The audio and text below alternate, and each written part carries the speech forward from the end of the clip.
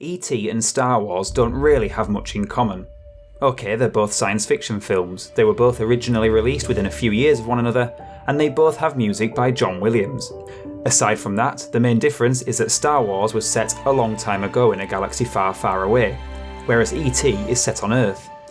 To be more specific, E.T. was set in California, and Elliot's house in a suburb around 20 miles north of downtown LA is actually labelled on Google Maps. However, these two cinematic worlds may be more closely linked than you thought. In fact, a combination of directors George Lucas and Steven Spielberg, as well as the composer John Williams, have proven categorically that E.T. and Star Wars are set in the same universe. Let's take a look at some of the visual and musical clues.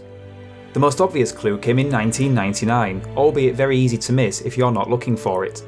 In Star Wars Episode 1 The Phantom Menace, a group of Asogians, the same species as E.T., can be seen at a large-scale meeting in the Senate building on the citywide planet of Coruscant.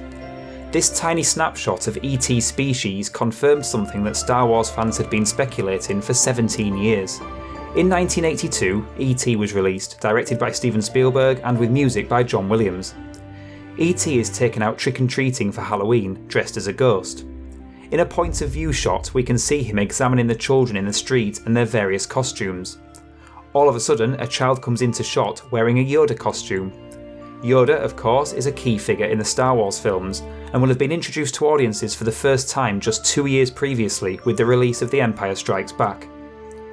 Two things happen in this sequence that prompted the speculation from Star Wars fans.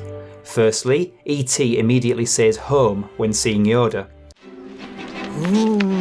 Home. This suggests that Yoda, or Yoda species, remind E.T. of home, therefore placing them in the same galaxy as one another, or even the same planet.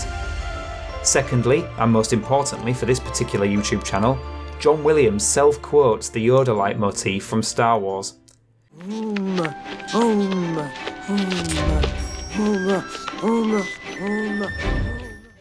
It's not that unusual for composers to self-quote themselves in films as a little nod to the fans, but doing so here further emphasises the fact that the audience is supposed to make a big deal of E.T. seeing Yoda. Of course, this all could just be a little joke between George Lucas and Steven Spielberg. After all, Spielberg included a series of Star Wars action figures and toys in Elliot's bedroom in E.T., including a Greedo action figure, Han Solo's blaster, a TIE fighter, an X-Wing, and Darth Vader's Star Destroyer. Spielberg allegedly made Lucas promise him that E.T. could make an appearance in a future Star Wars film in return, and so he did in The Phantom Menace. Regardless, this small detail is what makes cinema wonderful, and John Williams' 2-bar extract of the Yoda leitmotif from Star Wars further proves the impact that film music can have on a film and audience. It's just a shame that Williams didn't quote his E.T. main theme in Star Wars Episode 1.